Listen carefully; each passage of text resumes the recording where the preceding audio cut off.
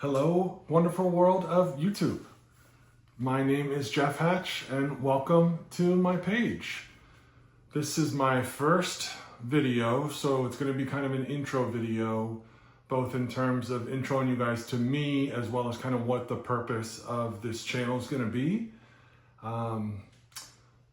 It's finally time for me to step out and do this thing, and we'll see what happens. Just to kind of introduce myself on the front end, guys, like I said, my name is Jeff Hatch.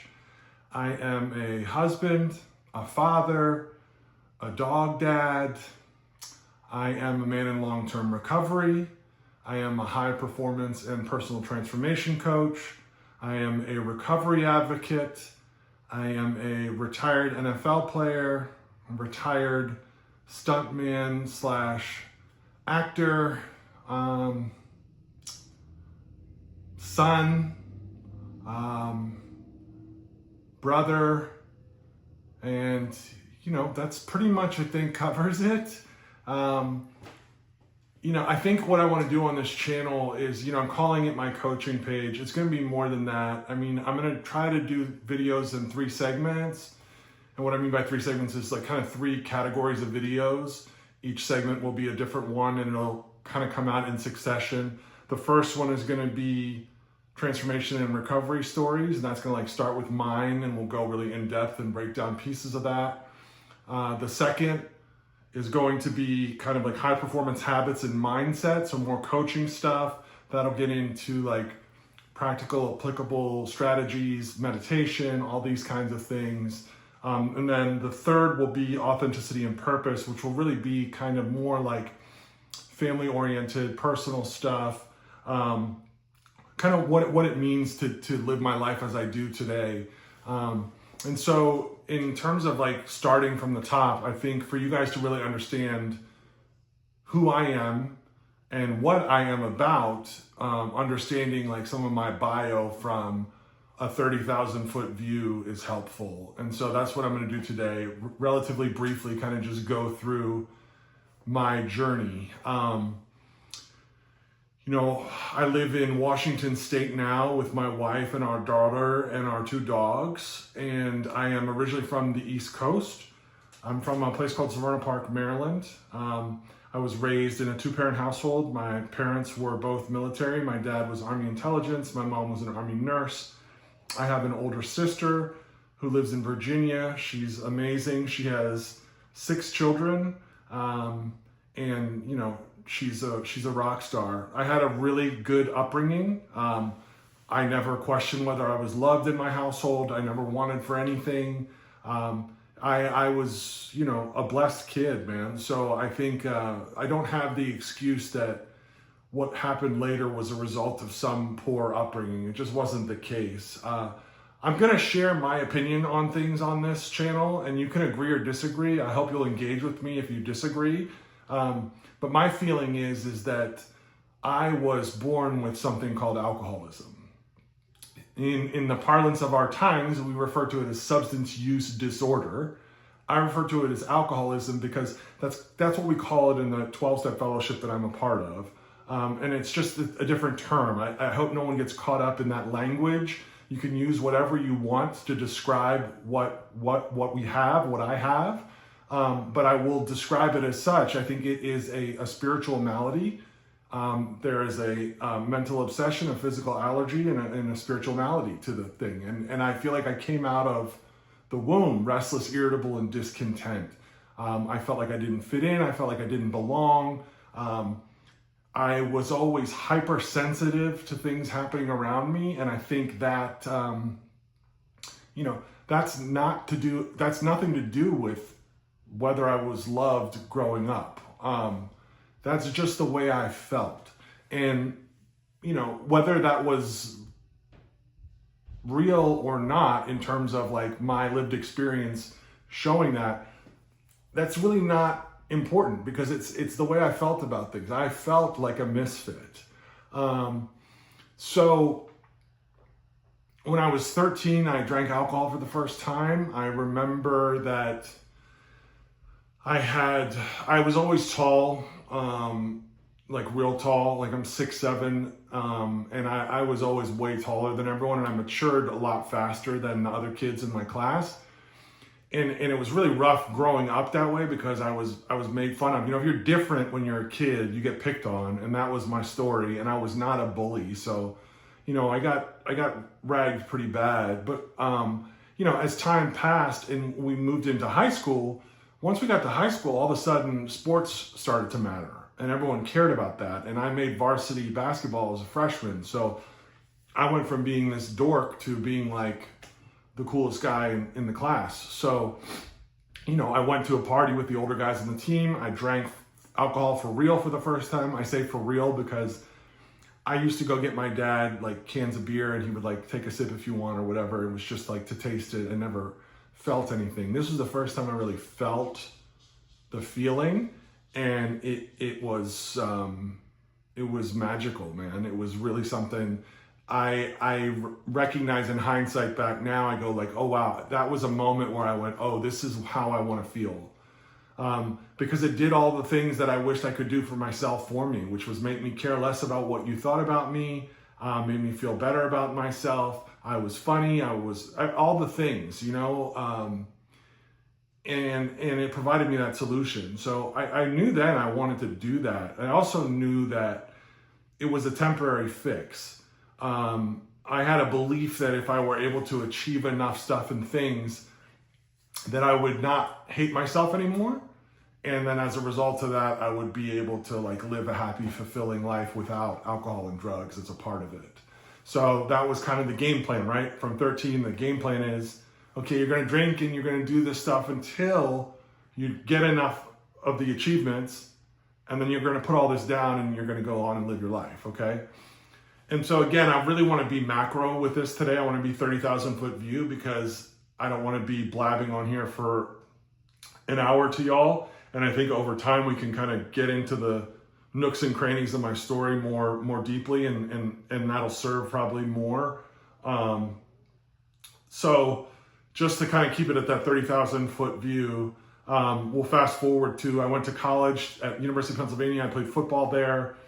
By my senior year in college, I was a first team All-American. I ended up getting drafted in the third round by the New York Giants in 2002. Life got really big, really fast. I was on this documentary called Hey Rookie, Welcome to the NFL on ESPN. There was a CNN SI documentary made about me called Goal to Go that followed this, you know, Ivy League guy who was going to get drafted. It was kind of a unique story. And, you know,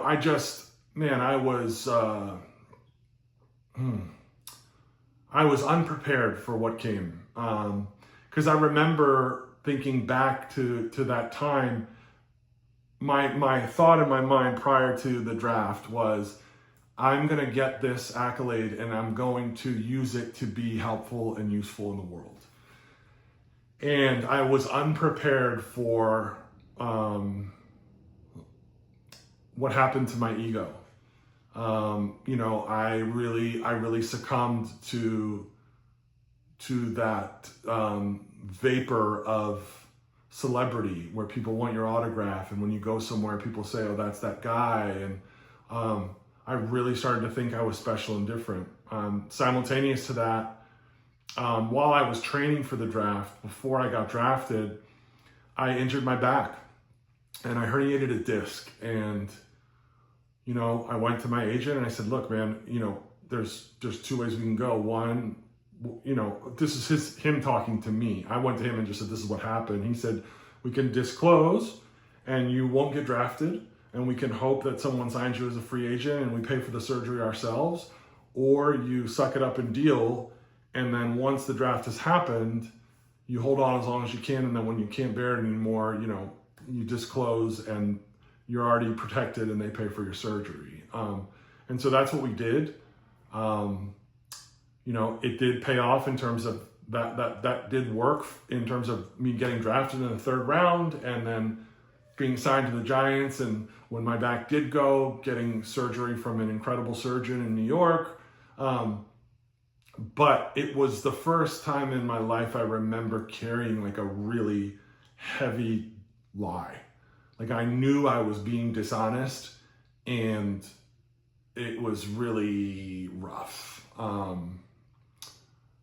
So painkillers came into the picture for me there. And before long, I was really in bad shape with my addiction, with my substance use disorder. And I reflect back on that time, and as that's happening, the same thing, congruently to that, I am in my rookie year, and I have that moment where I go, oh, okay, I've graduated from an Ivy League school. I'm a third-round draft pick. I'm an All-American. I won the President's Award for Community Service. I have more money than I could spend. In my mind at that time, as a 22-year-old, I signed a $1 million contract. So I'm like, I'm rich, which is not true. But I had checked all these boxes, and that was going to be when I realized that I didn't need to drink or drug anymore. And what turned out to happen was I didn't feel any differently about myself. And it was this recognition of the fact that the external circumstances will never manifest the internal change that I desire. It has to be interior work that manifests that change. And the God, the universe, whatever you want to call that higher power thing, I do believe in that adage that you learn the lesson, it will repeat itself until you learn it. And so this was the first iteration of this lesson for me, that the external will not change the internal.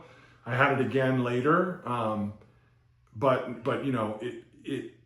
it fortified what my existence is like today. So backtracking, my addiction gets really bad. I finally raise the red flag. I get surgery on my back. I come back the next year. I start 4 games, but I'm never the same player. By 2006, I'm in Tampa with the Buccaneers, and I have another back injury. It's a spinal fusion, and I have to retire. And I am in bad shape at this point, guys. I am not okay. And I am hiding it from everyone. And it was a really dark time. I was really lucky. I was in the NFL substance abuse program for marijuana, and the doctor I was seeing for that program sent me to treatment in Louisiana. I went there. I got sober. I started working in the field. This was in 2006. I spent about the first 5 years of my sobriety there. Then I moved out to Los Angeles, where I started to go to grad school to get my MBA, and also pursued this acting and stunt line of work. What actually happened was I took an acting class when I got out there, and after about a year of studying something called Meisner, I put a profile up on this free site, and I got called into an audition for a Disney show, and I ended up booking the role. So that got me in the Screen Actors Guild, and the guys that I worked with on that show, there were 3 other really big guys that I worked with. One of them did all the motion capture for the Hulk. One of them you've seen in any TV show, movie that has a gigantic bruising guy. And anyway, those guys were really great to me and really led me into getting more work in that field. So I did that for a few years, simultaneously with grad school. Kind of got to this place where I just was unable to do both, and I decided to try to catch lightning in a bottle and really pursued the entertainment thing. I ended up getting hurt again. It was a compilation of an old knee injury that combined with the rigors of stunt work. I got really badly, it was bad. I was really struggling to get through the day at that point. And I finally was just like, I have to go see a doctor because I can't deal with this physical pain anymore. I know for me, I'm the guy who I've been pretty beat up in my life, so I deal with pain pretty regularly, but I can tell you that for me, what the barometer for when I need to take action around any type of physical pain is when it starts to affect my spiritual condition. And at this point with my knee, I was waking up tired because it hurt so bad, and I knew that I needed to do something. So I went and saw a doctor, had to get a total knee replacement. I went back to Maryland, where I was from, to do that. When I woke up from the surgery, I clicked the button, got opiates in my system again, and I was off to the races. I'll get into all the milieu of how that breakdown happened, but that was a relapse for me, is where it started. I then moved up to New Hampshire to work for a substance use treatment facility operation up there, and spent the next 4 years in relapse doing that work. In 2017, I got arrested for trafficking heroin. I ended up finally getting charged in 2019. And when I got charged, that became public information, and I really like torched my entire life to the ground. And had to rebuild again. You know, my sobriety date is September 18th of 2017. It's the day after I got arrested back then. So I recently celebrated 8 years. But, you know, that was a really difficult time. And we ended up moving down to Savannah, Georgia, because I had a buddy who was opening a facility down there, and he offered me a very small job with him. And so we moved down to Savannah and did that. And we lived there for about 3 years. My case finally got resolved in February of 2022. And my then fiance, now wife, was like, I really don't want to live here anymore. I want to move to the Pacific Northwest. And so we started looking and came across where we live now. I got a job offer out here. We moved out here. We got married in October of 23. We had our first child, our beautiful daughter Sloan, September 1st of this year. So she's a little over 2 months old. And life is really good and full. You know, that again is like this 30,000 foot view, but my hope in you hearing me share that story a little bit is understanding, number one, like kind of if my life was on a path, right, there'd be like this rise, then this fall. Then we had another rise and then another fall. And now we're kind of on this third rise. And I really think the difference for me this time is the understanding that none of it is about me. None of the experiences I've had, none of the lessons I've learned, none of the difficulties, none of the joys, none of that is all about like my own existence and my experience. It's about using those things to try to be helpful and useful in the world around me. I will ask a question to everyone who sees this. And the question I will ask you is, are you a giver or are you a taker? Very simple question. And it's very easy for you to answer that question if you ask yourself for real. If you are a giver, come close. I want you in my circle. If you are a taker, I do not want to be near you or around you. I don't like takers. I was a taker for a long time, and now I'm a giver. And that was really the pinnacle of the lessons I've learned along the way, is that I need to be giving more than I'm taking. And that's what my life is about. That is what my work as a recovery advocate is about for the treatment center I work for out of Boise called Eagle Creek Ranch Recovery. Big shout out, Andrew, Luke, the whole team there. It's an incredible place. I'm so honored to work with them in my personal business, with my coaching business, in the way I show up as a husband and the way I show up as a father, as, you know, in the 12-step fellowships that I'm a part of, my relationship as a sponsor to guys. You know, life is a service-oriented endeavor, and I like it that way because I feel good about my existence, and I'm proud of who I am today, and I've worked really, really hard internally to get to the place where the external circumstances are not the thing that define how I feel about myself when I wake up in the morning. There's a lot of work that went into that, and I'm going to dig into it here on this channel with you guys because I think everyone deserves the same opportunity and should have that same outlook moving forward. And again, like, my hope is people that tune in and subscribe and watch this content will take it and lead into their own lives. And that ripple effect will expand further and further and further. That's one of the greatest joys that I've seen in my life, is the opportunity to be helpful and useful to someone and then watch that person be helpful and useful to someone else. You know, you want to talk about, you know, seeing the universe in full view. That's when that happens for me. So I can't wait to see you guys next time. I appreciate you watching me blab for this long, if you watched this long, and we'll see you guys again really soon. Bye.